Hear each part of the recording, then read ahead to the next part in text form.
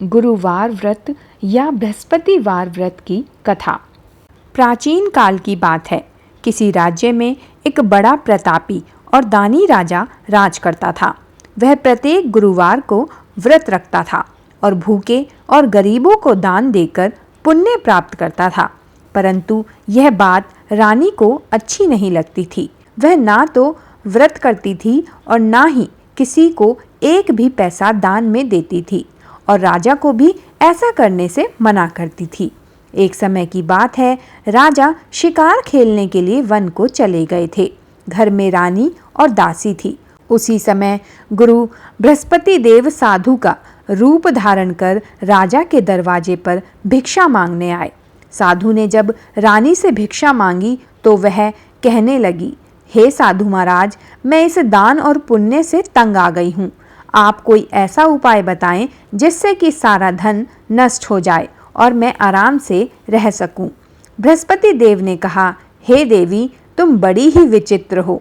संतान और धन से कोई दुखी होता है? अगर अधिक धन है तो उसे किसी शुभ कार्य में लगाओ। कुंवारी कन्याओं का विवाह कराओ, विद्यालय और बाग बगीचे का निर्माण कराओ, जिससे तुम्हारे दोनों लोक सुधर जाएं।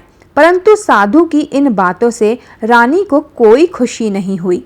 उसने कहा कि मुझे ऐसे धन की आवश्यकता नहीं है जिसे मैं दान दूं और जिसे संभालने में मेरा सारा समय नष्ट हो जाए।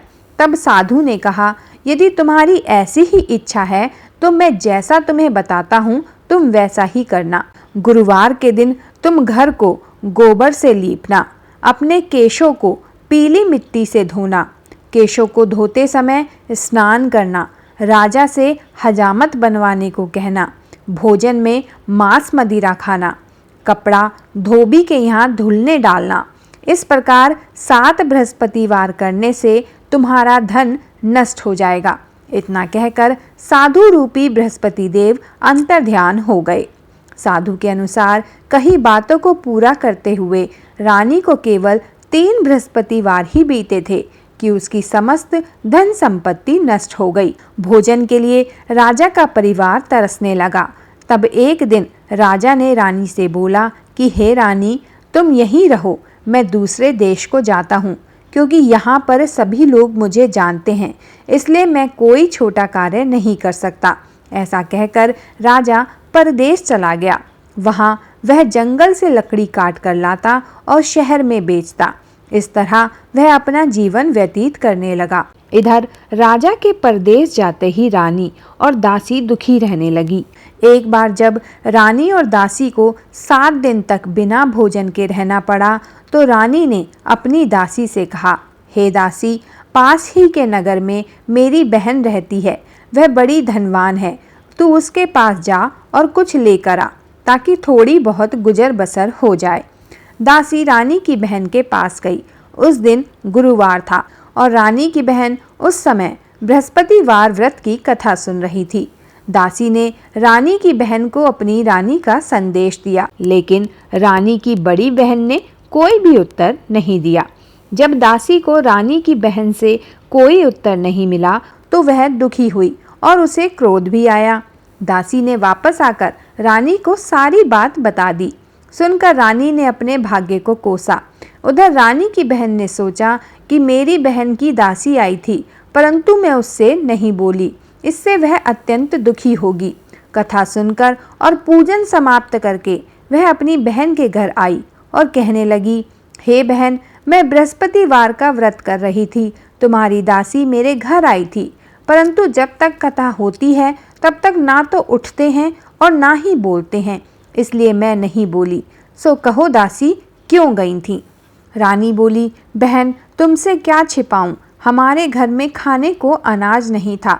ऐसे कहते कहते रानी की आंखें भर आईं।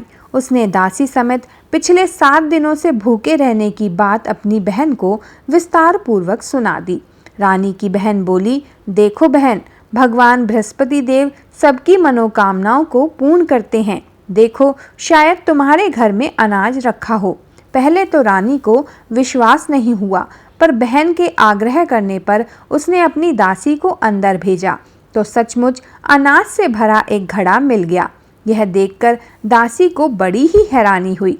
दासी रानी से कहने लगी, हे रानी, जब हमको भोजन नहीं मिलता तो हम व्रत ही तो करते हैं, इसलिए क्यों ना इनसे व्रत और कथा की विधि पूछ ली जाए ताकि हम भी व्रत कर सकें। तब रानी ने अपनी बहन से बृहस्पतिवार व्रत के बारे में पूछा। उसकी बहन ने बताया, बृहस्पतिवार के व्रत में चने की दाल और मुनक्का से भगवान विष्णु और केले की जड़ में पूजन करें तथा दीपक जलाएं, व्रत कथा सुने और पीला भोजन ही करें, इससे बृहस्पति देव प्रसन्न होते हैं। व्रत और पूजन विधि बताकर रानी की बहन अपने घर लौट आई। 7 दिन के बाद जब गुरुवार आया तो रानी और दासी ने व्रत रखा। घुड़साल में जाकर चना और गुड़ लेकर आई, फिर उससे केले की जड़ तथा भगवान विष्णु का पूजन किया। अब पीला भोजन कहाँ से आए, इस बात को लेकर दोनों बहुत दुखी थे।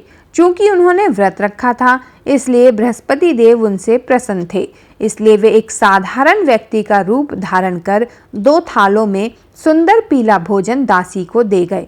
भोजन पाकर दासी प्रसन्न हुई और फिर रानी के साथ मिलकर भोजन ग्रहण किया।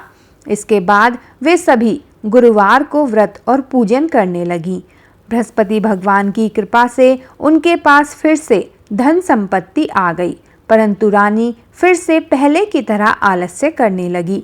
तब दासी बोली, देखो रानी, तुम पहले भी इस प्रकार आलस्य करती थी, तुम्हें धन रखने में कष्ट होता था, इस कारण सभी धन नष्ट हो गया, और अब जब भगवान बृहस्पति देव की कृपा से धन मिला है तो तुम्हें फिर से आलस्य होता है। रानी को समझाते हुए दासी कहती है कि बड़ी मुसीबतों के बाद हमने यह धन पाया है, इसलिए हमें दान पुण्य करना चाहिए, भूखे मनुष्य को भोजन कराना चाहिए और धन को शुभ कार्यों में खर्च करना चाहिए, जिससे तुम्हारा कुल का यश बढ़ेगा, स्वर्ग की प्राप्ति होगी और पितृ प्रसन्न होंगे।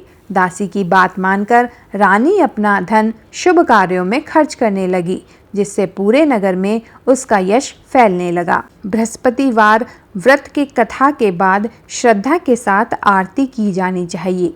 इसके बाद प्रसाद बांटकर उसे ग्रहण करना चाहिए।